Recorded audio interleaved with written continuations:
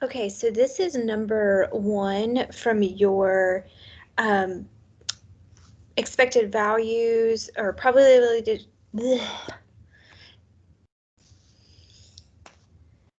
This is your number 1 from discrete probability distributions and expected values. And then there's a number 3 that's not complete, so hopefully this will help you be able to complete number 3.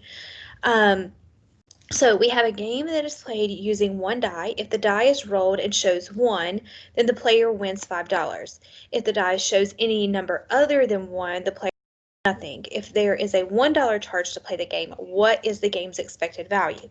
The first thing you want to do is remember, what is expected value? It is the sum of all x times p of x. So now, I need to come up with what numbers is my die rolling. Well, a die roll can be a 1, 2, 3, 4, 5, or 6.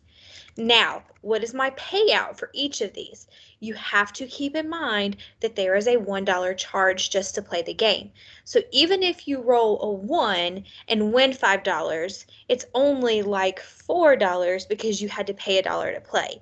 And then for all the other values, you win nothing, but you had to pay to play, so those are -1.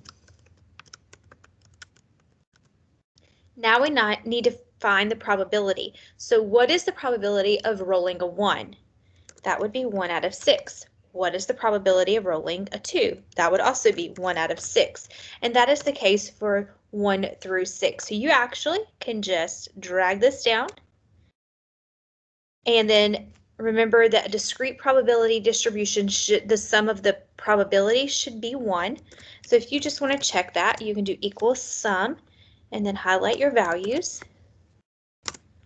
And that gives you 1. So that says, yes, I do have a discrete probability distribution. My x's were a value. There's a probability with them. It equals 1. They are all in between 0 and 1.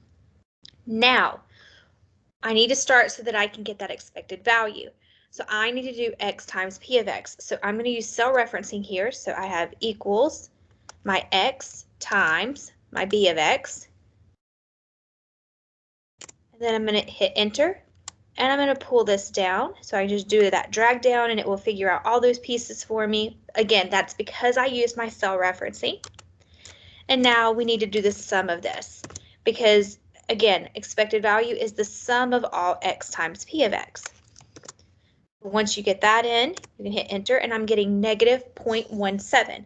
So this means that if a player plays this a large number of times, they will on average lose 17 cents.